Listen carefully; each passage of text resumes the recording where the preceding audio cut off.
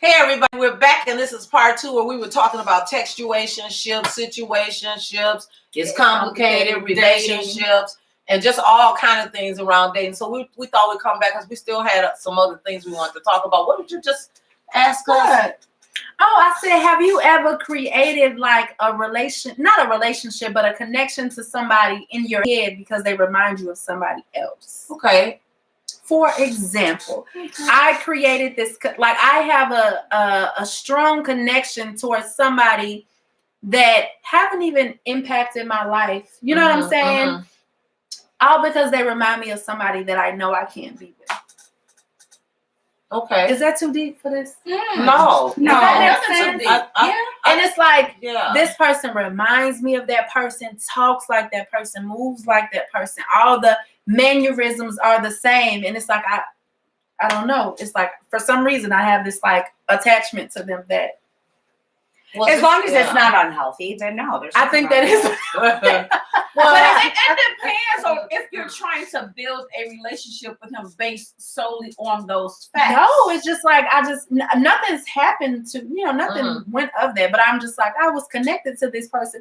Or another example, a lady that I work with reminds me of my mom. The way that she walks reminds me of my mom. And so it's like I really like her because she reminds me of my mom. And everybody just be like, I'm so nice to her because she just reminds me of mom. Yeah, there's absolutely nothing wrong with that. I find that all the time. Like I'll see somebody or, like a scent or a mannerism or the way they wear their hair or the way they speak or even the way they say words. I'll find that if it reminds me of somebody that I have a fondness to, I mean, if this is somebody I automatically draw you, it will automatically, because you automatically, like think of that person, and that kind of draws you to them because, you know what I mean? Like it reminds you of that person. I mean, once you get to know that person, you might find that that's the only thing that you like about that person. But other times, like that's a simple connection, and that's what it is. I mean, but for little connections, a lot of times, besides random meetings, it is random connections that draw people together, that, like you see something familiar or something similar that catches your eye, or that you're like, oh, hey, like, you know what I mean? And that's how you do make connections with people, no matter what the level of relationship or what it is. That sometimes it can be like from, somebody, oh, I was in love with them and this person, to, hey, they remind me of my mom. So all levels of relationships can start by that. Being reminded of somebody, it makes me stay away from certain people as well. Yes. Because you have the same mannerisms as this person. Your thought process is the same. And I know where that took me.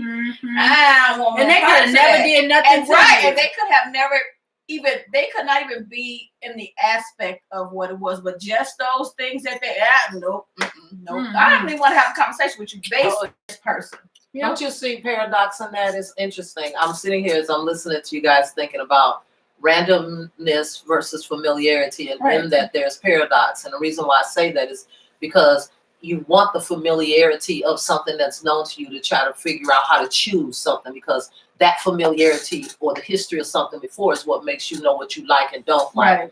But it's also that same familiarity that can breed contempt if the experience has not been favorable for that. So I think that's something that we naturally go through in life. It's how you have to make sense of the world.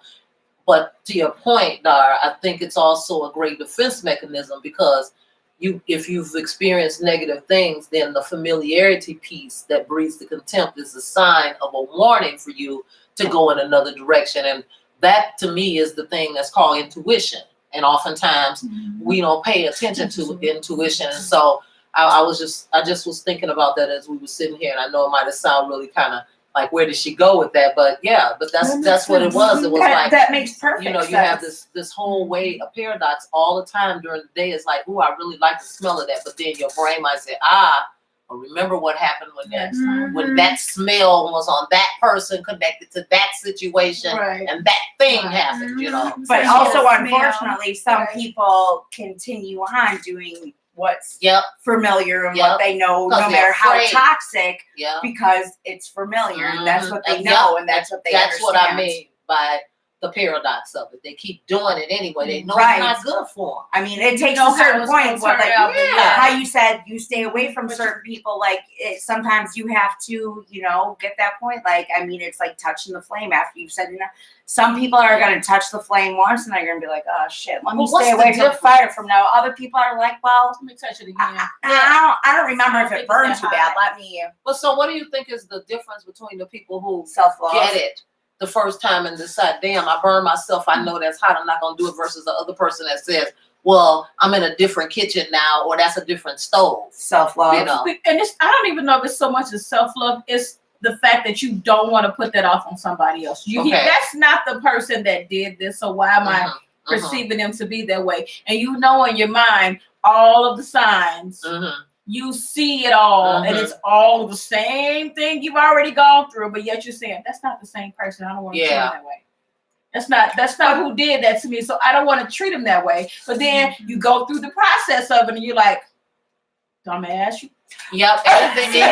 So is that a self-fulfilling prophecy that we manifest that because we kind of play, it's like you kept thinking of the stuff over and then you draw it into Yeah, the bringing universe. it into self-fulfilling prophecy.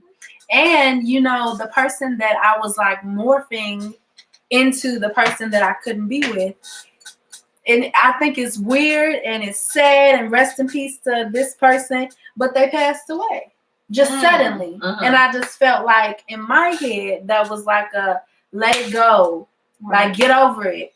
It's dead, it's gone, it like get over it. That's how, I don't know why, but it with the resemblance, the everything exactly alike, like exactly alike.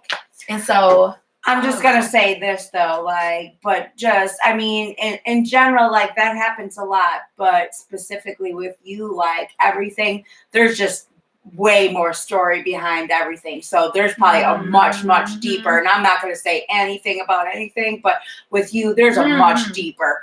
But to have that connection, sometimes it happens for various reasons, whether it's a relationship, like, oh, you remind me of that one that got away, or, whether it's like, oh, you look like that dude that I can't stand, or whether it's like, you remind me of that unfair. No, is it unfair it is to put unfair. those expectations or ideas on someone else? Like, how unfair is that? It is unfair, but I mean, it is unfair to a certain extent. As far as appearance, there's nothing anybody can do about that. As far as behaviors and actions, if their behaviors and actions remind you of a toxic person, 9 times out of 10, I'm sorry, but if they have the exact same behaviors and actions, you right as hell to run, because they probably toxic too. Shit, they doing the same thing. You know what I mean? But as far as judging somebody like on their appearance of, oh, you remind me of, I don't like you. Yeah, that's unfair, because I mean, that could be the coolest person in the world. Right. So I mean, but behaviors, the things they say, nah, you're going with your gut right there, and you should always go with that. What always slays me though is, and I kind of feel where you're going with the connection thing, because I can remember from being a little girl all the way back to the time when I used to see like the Beatles on TV. And girls used to cry and just be all sad. And then when I saw Michael Jackson, the impact that he had on people, just men or women or whatever. And then you look at the connection that these people have with these stars that they're never, ever, ever, ever gonna meet. Prince was another one, but I can tell you that I would be in the audience at some of these concerts, and you would see people just breaking down, crying, having an emotional experience, especially like I said, the 2 stars that I can really think of that I saw as super emotional was Michael Jackson and was the Beatles. If you go back and look at some of the tapes where the people literally were having nervous breakdowns and passing out. What kind of connection is that? And that to me says something about the human connection and how people can actually get connected to someone that they're never going to be with the person. But somehow or another, they're so moved by just that person's presence that it does something to them we can't even fathom. Well, and but you said it's not even a matter of ever being together, because it might not even be on that level of being together. It could be just something about their spirit, their soul, their person something. that just speaks to you in a way that somebody else doesn't, that you just like. There's certain people like But I'm it's thinking weird the and nobody sheer understands like volume of people, the my- sheer number, that power, the number of people. You know what I mean? some people's spirits have that power that they just connect to people, and people can just feel the good and feel what's inside of them. You know what I mean? Like that sounds weird, but some people just radiate what they have. Like best. Yeah, like I mean, yeah. you do. Like I tell everybody, you like I call you my angel, and I don't mean that in a funny like she's a little angel. Like your spirit, like as beautiful as a woman you are. If your soul, if your spirit were on the outside, like I don't think the world has ever seen something that beautiful. Oh, I mean that too, because that's what it is. I watched this TV show called Fringe. Has anyone ever seen it? I've not seen it, but I've seen the previews. It's really, really good, and it's about this scientist who everybody thought was crazy, and they put him in a mental hospital for 17 years. But he was actually he was like creating things that the world hadn't seen yet or refused to believe was actually out there. And so they thought he was crazy because they're like, there's no such thing as people that, you know, can morph into other things, or there's no such thing, but there actually were. And so there was this episode about this guy who had the ability to affect other people with his emotions. So they showed him when he felt, at the end of the show, when he felt like he was nothing and he was really, really down, he showed how he was going up to the top of his apartment building to jump off of the building. And as he walked back home to his apartment building with the mindset of, I'm going to jump off, I'm going to die today, all of these people were following him because they were like linked to his energy. So at the end, they showed everybody upstairs on the ledge. They was going to go, all was going to go. Because of how he felt. And then reverse, he would walk past people who were having really bad days, or walk past dead flowers, and the flowers would grow, or the people would smile, or they would feel better about themselves. I think that people in real life actually have the those power abilities. Most definitely. Is it an empath? Empath. Yeah, where you are. Have the ability to change the way that people feel. And I think that sometimes that's the connection that people create with celebrities. You were here for me during a time that I have no. Think about Mary J. Blige. Girl, yes. Oh my God. You know, that's your own friend. Like, she done told my life story.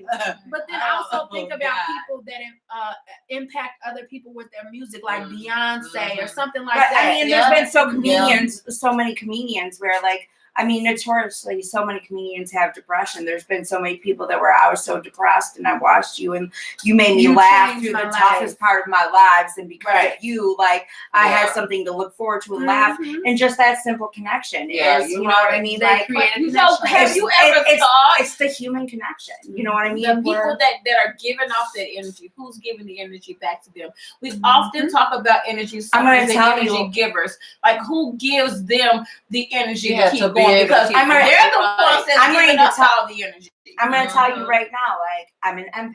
I absorb everything around me. That's why sometimes when I'm down, when other people are down, like, I just feel it more than other people feel it. It is. So that's why, like, a lot of times, like, I have to, when people are negative, or even if I love somebody, if they're in a negative space, if they're, I have to separate myself, because I will get to such a down and dark place that it's hard for me to claw my way back out of. So a lot of times, like, I isolate time by yourself, and you have to be really careful to the people that are around you are people that bring a positive energy. Right. Because in normal day, everyday life, like when you're around people, like you can take on like their negative energy. And at the same time, yes, like you can uplift while taking their bath, but you can only handle so much heaviness before either you just have to get away and try to re-energize, or like a lot of times you have to surround yourself with positive.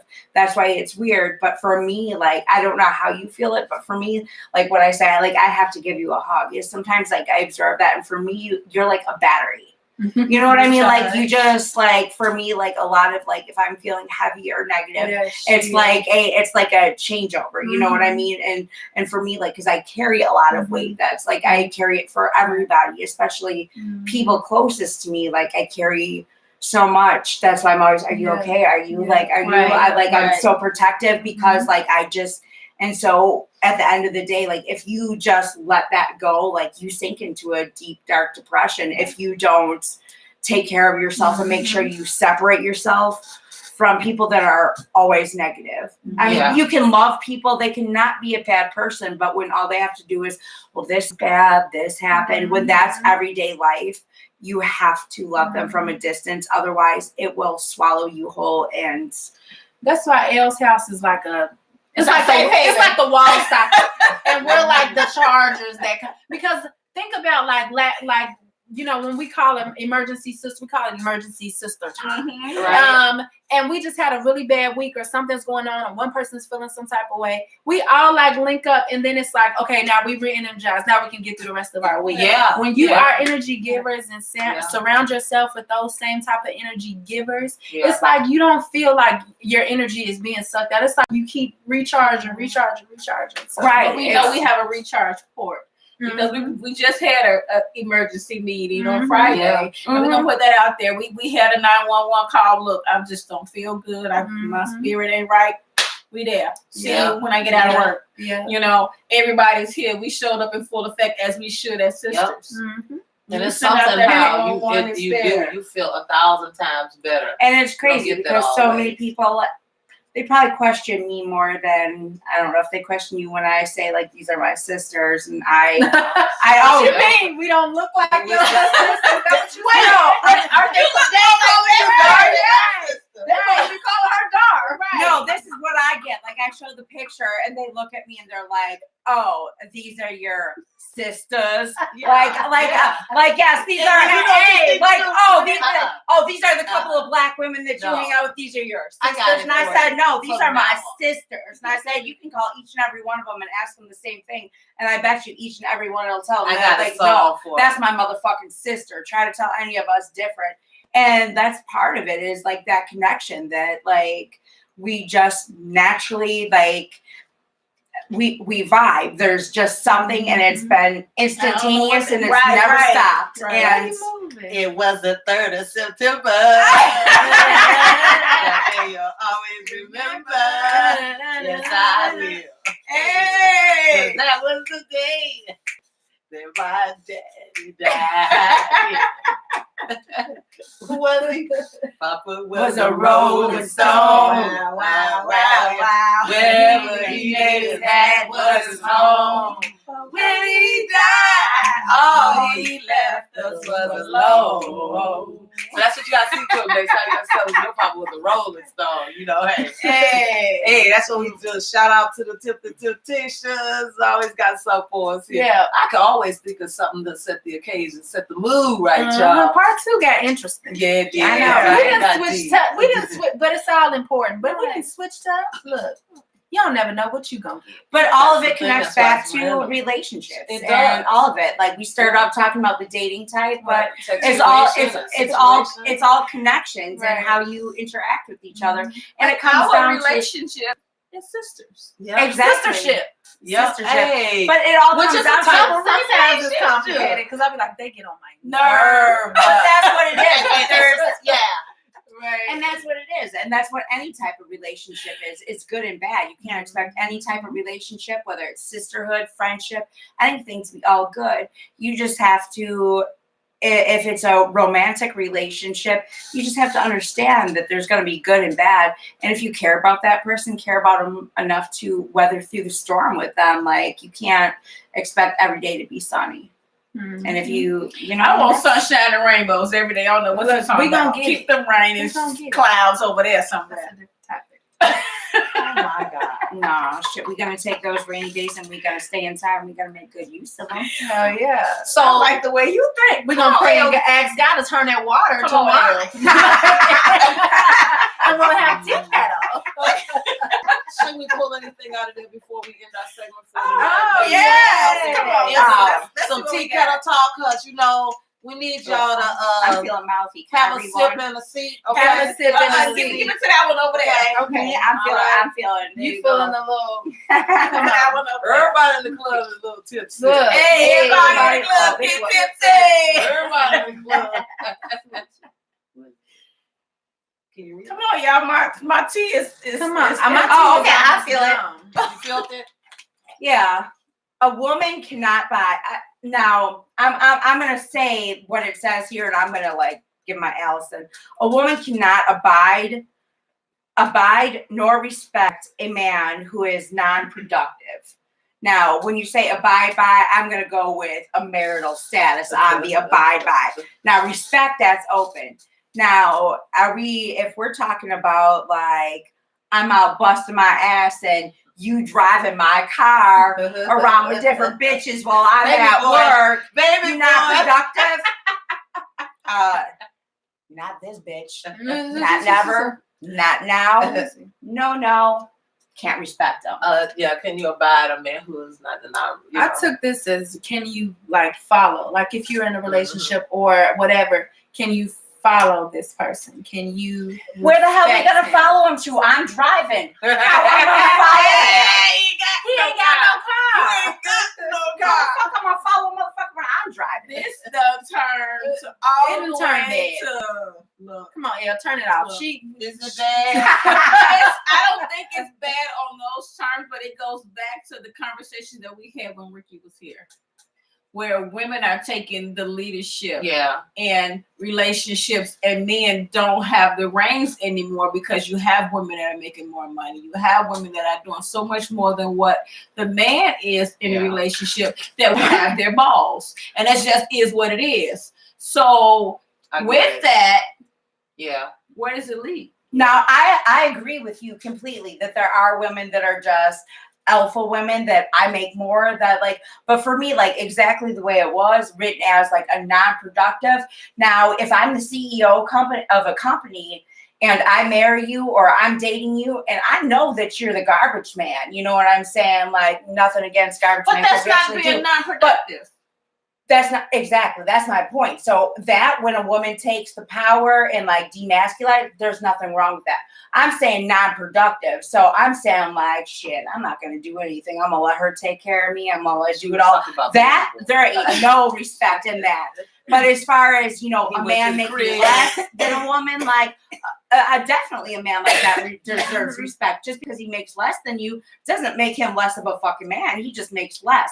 He's still working. He's still doing what he does. So hell yeah, he deserves respect. That goes away from the topic, though. Right. That wasn't what the topic was. But a non-productive man, like, what kind of respect you gonna get? But also think about it this way. What if, well, when we say non-productive, is that only counting in terms of being able to financially provide? Or But unproductive to me, if he's home and he's not helping clean, if he's not helping, That means overall, he ain't overall. doing shit. Okay, right? no. But the paper didn't really go into It this. said Right. non-productive. Non-productive, blank. because I was Period. thinking I was It was going to blank. take it to, you know, the roles have changed so much in households that it's like, for example, one of my old coworkers, she was a working mom, and then her husband was a stay-at-home dad. And in so many people's minds, a little bit even in my mind, I admit it was a little like, what?